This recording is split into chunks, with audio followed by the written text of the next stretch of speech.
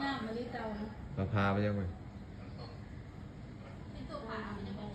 ตัวเขาเอิญยังโคน พี่ไก่ตัวนี้ตัวนี้นะพี่ไก่นี่ตัวเดียว เขาเรียนโคนบอกเรียนยังเอิญยัง ที่กระหลักมัน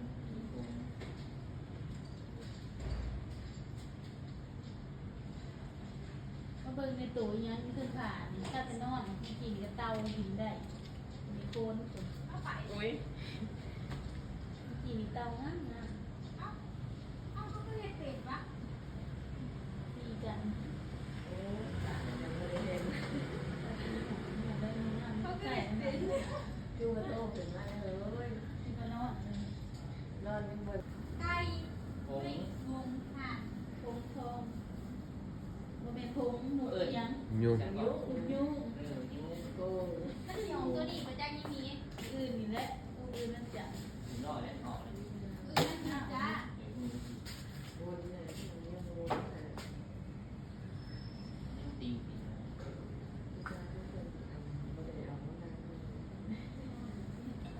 อยากเบิกมันได้เว้ย ผงกลางปี คือไก่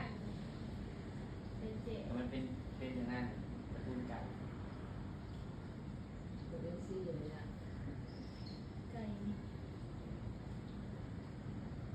กลางปี ไก่ เอาไปต้ม เป็นเจ๊ คือไก่ในตู้มานะ เป็นไก่แจ้ แกเรื่องๆให้ตัวอีกตัวหญิงเราไปเรียนอยู่เลยเอาไปค่อยตีกัน แม่บอกสภาพที่สภาพคน มากคุณเกิดไป เขาไปด่างในสภาพคุณอ่ะเป็นงานเนาะขนาดดึงตัว อันนี้นี่ เป็นบ้าเนี่ยเป็น บอกกับแม่ เป็นตาย ไม่ได้เลย เป็นปิดสว่างนี่สบาย อะไรมาขอย